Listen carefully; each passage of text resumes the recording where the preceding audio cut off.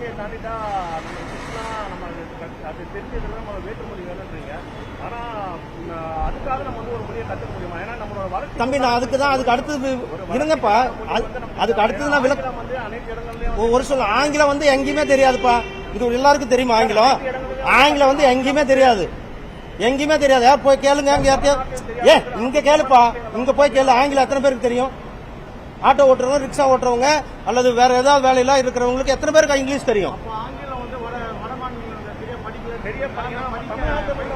அண்ணா நாம 3 மொழி வேண்டும் என்றுதான் சொல்லுகின்றோம். 3வது மொழியை கத்துக்கொள்ளுங்கள் என்று சொல்லுகிறோம். நான் வந்து ஆங்கிலம் எத்தனை பேருக்கு தெரியும்? நாமக்கல் பக்கத்தில் இருக்கிற ஒரு கிராமத்துல போய் ஆங்கிலம் எத்தனை பேருக்கு தெரியும்?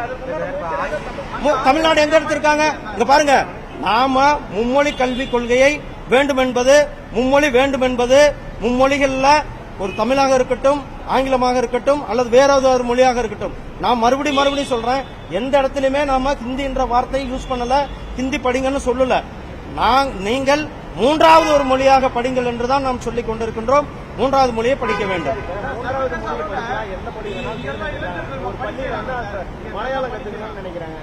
அவங்களுக்கு வந்து ஒரு ஆசிரியர் தான் இருக்காங்கன்னு வச்சுக்கோங்க, ஒரு மாணவர் தான் இருக்காங்க. அவங்களுக்கு சொல்லி தர மாட்டாங்க. எது வந்து அதிகமா சொல்லிக் கொடுக்கப்படுதோ, எதுக்கு ஆசிரியர் இருக்காங்களோ அந்த மொழி தான் வந்து. அதுக்காக தான் நாம PM ஸ்ரீ பள்ளிகளினுடைய தரத்தை உயர்த்துகிறது. அந்த பள்ளிகளில் இருக்கிற அரசு பள்ளிகளை தரத்தை உயர்த்துவதற்காக நிதி ஒதுக்கப்படுகிறது.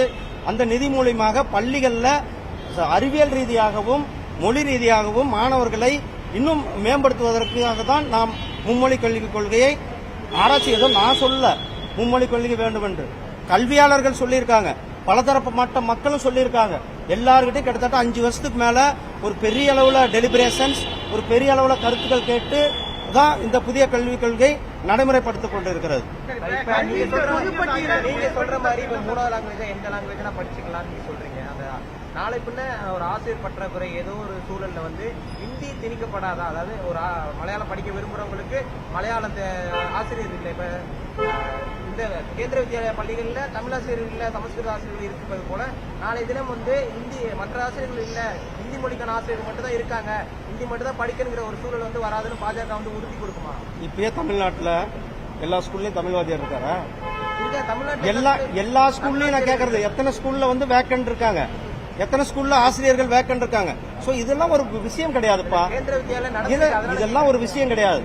அதாவது முறையா நடைமுறைப்படுத்தினா இம்ப்ளிமெண்டேஷன் தான் விஷயம். நீங்க வந்து அப்ப நீங்க வந்து என்ன கவர்னன்ஸ் நடத்த போறீங்க? நீங்க என்ன கவர்னன்ஸ் நடத்த போறீங்க? ஒரு ஆசிரியரை, ஒரு மொழி தெரிஞ்ச ஆசிரியரை நீங்க பணிக்கு அமர்த்தவில்லைன்னா என்ன குட் கவர்னன்ஸ் கொடுக்க போறீங்க?